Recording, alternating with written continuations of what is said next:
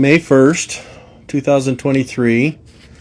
My name is Russell Ashcroft. I'm here with my mother, Lamell Ashcroft, and we're going to work our way through a few of the questions that have been asked her to respond to regarding her family and her grandfather. So the first question here is, what does it mean to you, Mom, being one of the last living grandchildren of Jesse Ann Smith? I feel pretty honored. I don't don't like to be the oldest, but if that's the case, it's wonderful. My grandfather was a pretty nice man. I didn't ever meet him because he died when my mother was a child. But we'd heard many stories about his faithfulness and his love of our Heavenly Father. It was nice just to hear some of the stories that we did hear, even though my grandmother died when I think I was just 5. We went over to show Grandma the newest grandbaby that was named for her, my little brother Augustus. Uncle Gus. Uncle Gus. And she died not long after that, and I was just 5. I was able to sit on my grandma's lap and feel the comfort of her love. It was very special. Do you remember how old she was at that time? How old was she when she died? Chimney Christmas. I don't know. I don't really. But was she moving around pretty well at that time when you went to see her? She was able to take care of herself pretty much. She lived in the old home that Grandpa built for her. He had a home for each one of his wives. There were 4 alive at the same time. And each one had a beautiful home there in Snowflake. Wow. After all of those 44 children. Yep. How old, do you remember how old your mom was? How old Natalian was when her mom died? Actually, let me ask you, how old was she when her dad died? Do you remember? No, I don't know those figures. I've never really looked or tried to find the age that she was. Yeah, we could go back and look, but yeah, I couldn't tell you. One of the my mother had just had her. Oh, she had a set of twins after Gus. Yes. And he was just a newborn baby when she died. Gus was. When Grandma Outson died. Mm-hmm. Yes, when Grandma Outson died. Grandma Augusta Maria. Do you remember, I know you know this, but share how it was that your mom, Natalia, got her name. No. Do you remember why they named her that? I don't remember any story about that. Any was told. I can't remember it. That's terrible. I remember as a boy, as a family, and even as a extended family, we would have Christmas parties, that we called them granny parties. Mm-hmm. And because her name was Natalia, she loved Christmas so much. And I was thinking that Natalia may have been a Danish name that came over, or was influenced. It was definitely Danish. But she did live up to her name because she loved Christmas so much and loved to celebrate. Always, even after my dad died, I remember how Christmas would come out. And man, she'd put out every effort under the sun to make it just perfect. Even though we didn't have the money to do a lot of stuff, I guess she saved some up to that time. So that made Christmas very, very special. She put a lot of effort into making it nice for the family. Yes. We always had a nice Christmas. Do you remember what was different in your family in Christmas observances before your dad died and after your dad died? Oh, just the joy of having a dad that appreciated all of us kids singing Christmas songs and just having him there and I don't know, just the tender feelings that it always was while he was there. Just in any time he was home, it seemed that way, but especially Christmas time. I know that it was hard on Natalia after your dad died throughout her life. Do you feel like maybe Christmas was her way to kind of reminisce with her children I'm sure. that time to try and reminisce about him? Bless her heart. She lived 40 years after my dad died. Well, By herself. That's the hard thing, taking care of us. She had chances of remarrying, and there was never anyone that would please her, even come anywhere near my dad. And she just managed. That was the way. That was her way. She did a pretty good job, I think, taking care of us and seeing that our needs were.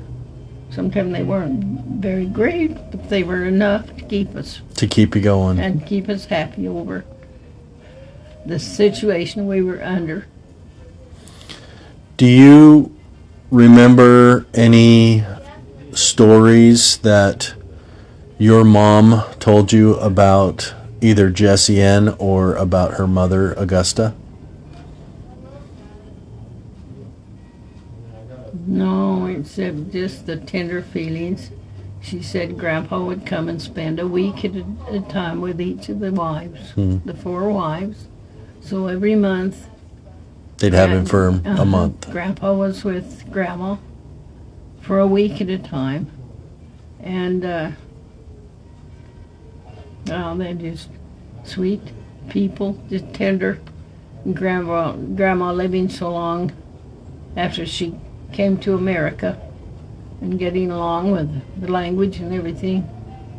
The tender feelings she had towards Grandpa always, I guess, was something that she always appreciated, thought about. Seems to me, and I've read so many stories, that there was never any contention between the different wives within the family about Jessie. Never. Mother said everything just ran as smooth, that if there was ever any contention between Grandpa and any of the wives, it was never known. She said everything was always just perfect. That there was no disagreements. Everything ran smoothly. They loved each other. Yeah. Like they were a very old sister to each other. That's an amazing. That says a lot about who those people were. That they were able to make that work and be as agreeable as they were with each other. And he was pretty busy as a state president. He had quite a bit of traveling to do around the area that he was state president over, and the families just seemed to take it and do what they could when he wasn't there. Everything ran smoothly. They all had having so much love of Grandpa.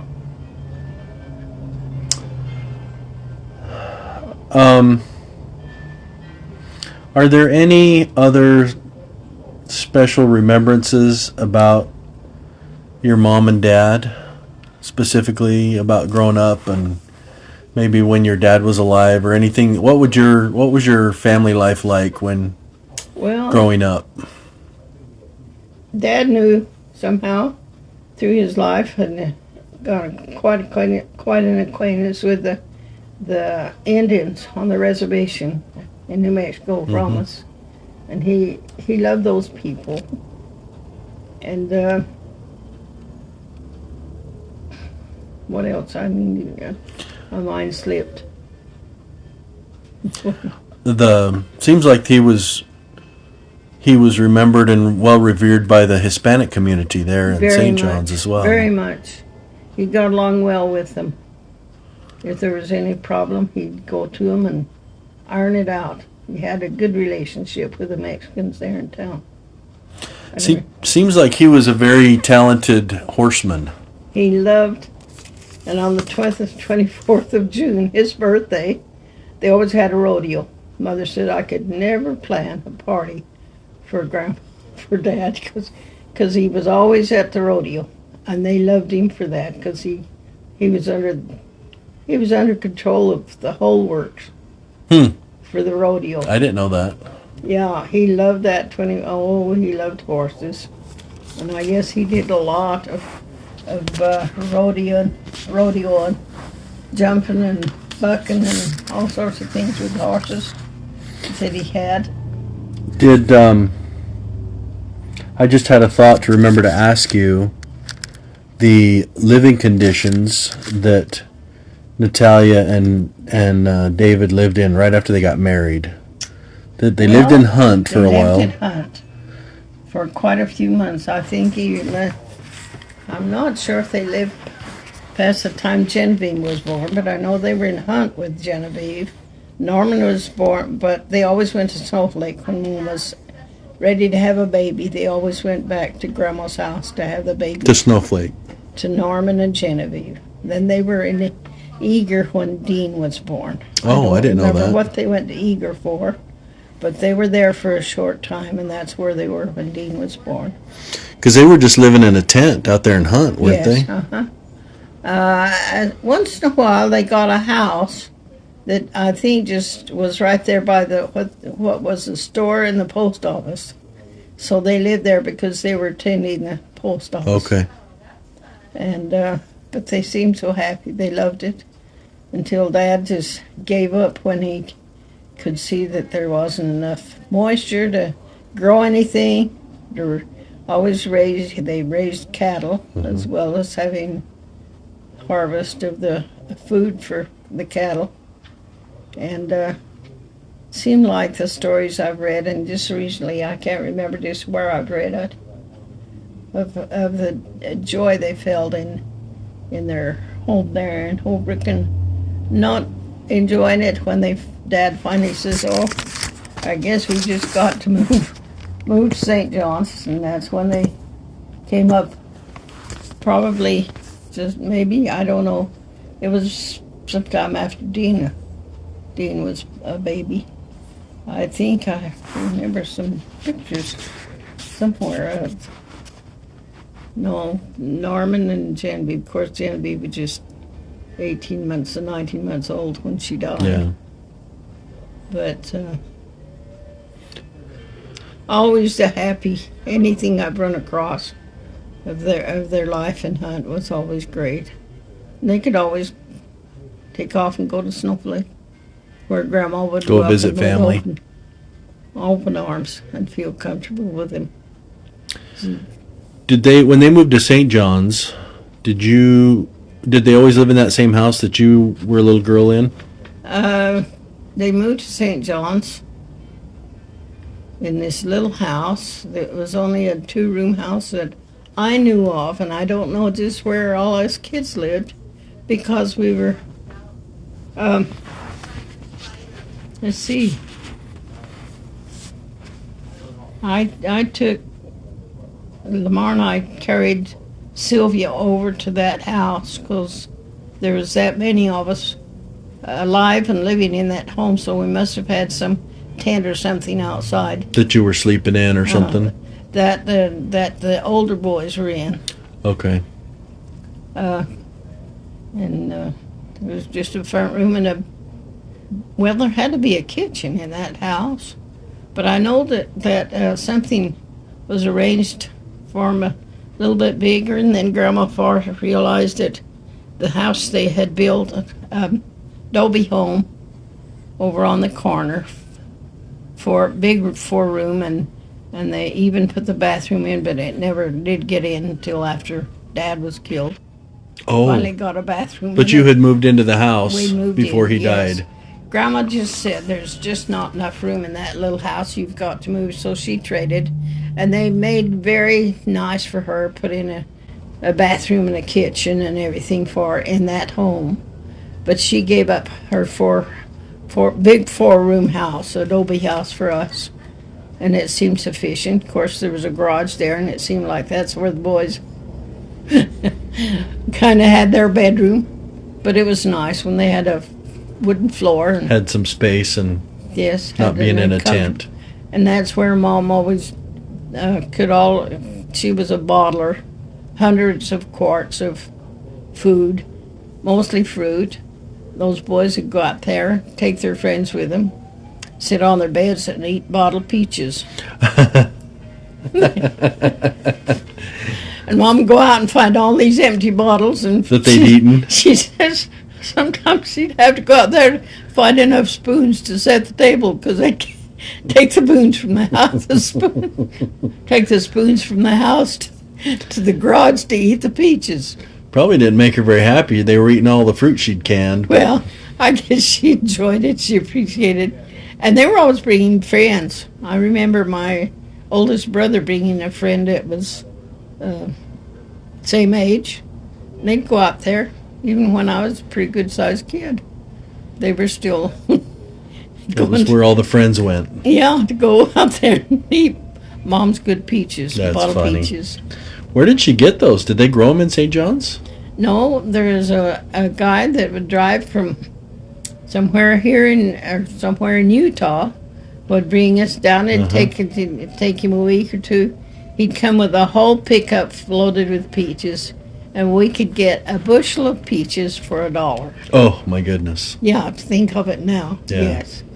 And Mom would buy 3 or 4 bushel of peaches and put them Just out. can 'em and- She kept her bottles from year to year. And I remember just the whole attic of that garage was filled with peach, with not only peaches but other fruit The canned that foods. they can that we'd get from the. Is that where you learned how to do all the canning from your mom? I was there to wash the bottles and get them ready. One night I remember peeling a lot of peaches.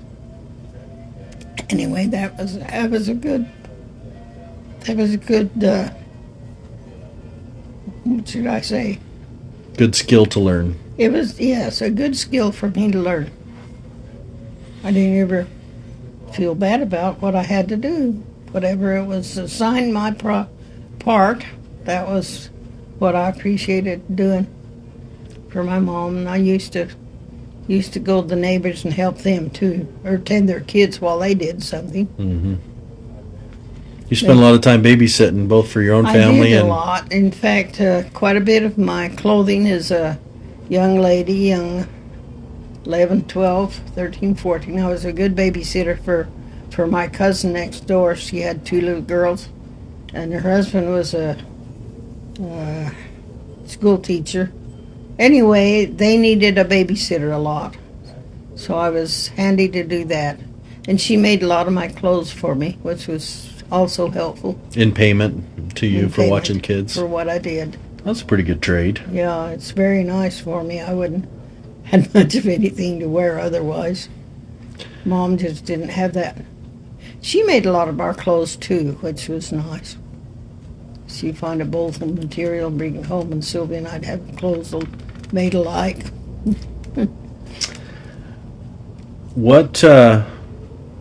What do you attribute your secret to living to be 96 years old? A sweet husband. And some fine kids that always seemed to go along with the plans that were made or the rules that were put up for us to follow. Had some good kids. Yeah. Some good I kids. think both you and Dad, growing up in the time that you did, where your families had to produce and you lived off what you grew, you lived Not off what very you much. provided for yourselves, and so it was all pretty pure food that you were eating. Also, when we were married, it was just part of our life to have a good garden, to make the food that we ate and the food that I canned a good share of. Except the fruit. We lived in where we had, seems like we had an apple tree or two that worked for us very good on our own property, but other than that, seems like the peaches freeze in the spring, and so we never did Could have never a get lot. We always bought good ones that came from Utah. The same peddler came year after year. Keep bringing them to you. Bringing them down. Let's see. Couple more, Mom.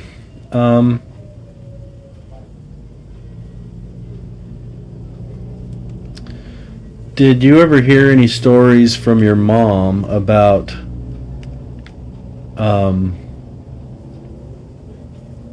when Jesse Ann went on his mission and married Augusta while he was on a mission?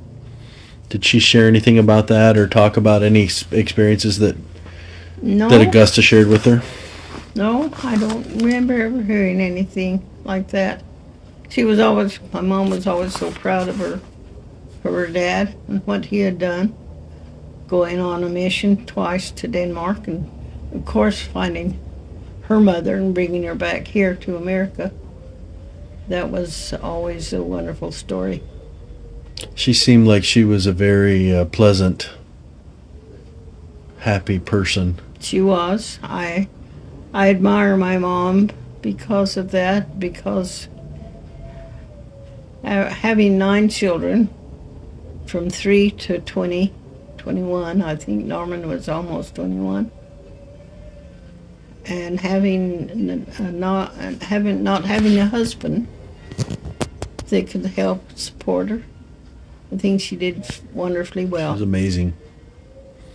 Wasn't stature-wise, Natalia was much bigger than Augusta, wasn't she? I think she was probably a little taller. Yeah. Mom was quite a That's tall I meant lady. taller. Yes. Augusta Maria was kind of a shorter, smaller. Yes. And I As think I- Jesse as Ann you- was not. I mean, I don't think he was very tall, was he? Well, I'm not sure. I think he probably wasn't 6 foot, but he was a big man. She must have got her stature from the Smith side. Maybe. Anyway, Grandma Smith wasn't a very big lady when I knew her. Always big enough to hold me on her lap, though, and that was always so pleasing. Did she like to have babies around and hold yes. babies? And Oh, yes. When she'd hold me and squeeze me and rock me. She had a big rocking chair she always held her grandbabies in and rocked them, and that was a precious feeling. It was wonderful. So then after Gus, she must have died before Aunt Sibby was born and the twins, Earl and Merle, right? Gus, the twins, they were younger. Sylvia was a little older than Gus. Was Sibby just younger than you and Uncle Bud? Yeah, she was the next child. I thought it was you, then Gus, then Sibby. No, Sibby and then Gus. Okay. Any other memories or thoughts that you want to share that you can think of? Can't think of, except it was special, belonged to that big family. Always enjoyed going to Snowflake and meeting cousins. I remember, just a sideline, we lived across the street from Dad's uncle, and his wife was very sensitive to noise. And when all the grandkids would get to Granny's house and we'd make all this noise, he'd often have to come out and tell us, be a little quieter, my wife has a headache. But he was always so gentle and sweet. Of course, he was a stake president over there, too. But later became uncle of my husband. He was. Wait, say that again. He was Grandma Rachel's brother. Oh, I didn't know that. Yes. So he was the uncle to Dad. Mm-hmm. Okay. That's kind of funny. That He'd he'd go to Snowflake and get scolded for making noise at Grandma's house. Well, it was right straight across the street. He was a good neighbor, and it was always nice to see he and his wife go off, walk to church. Of course, we're just a block and a half from the church house. Mhm. It was nice to see those folks. And then find out became relatives later in life. Funny how that works out, huh? Yes.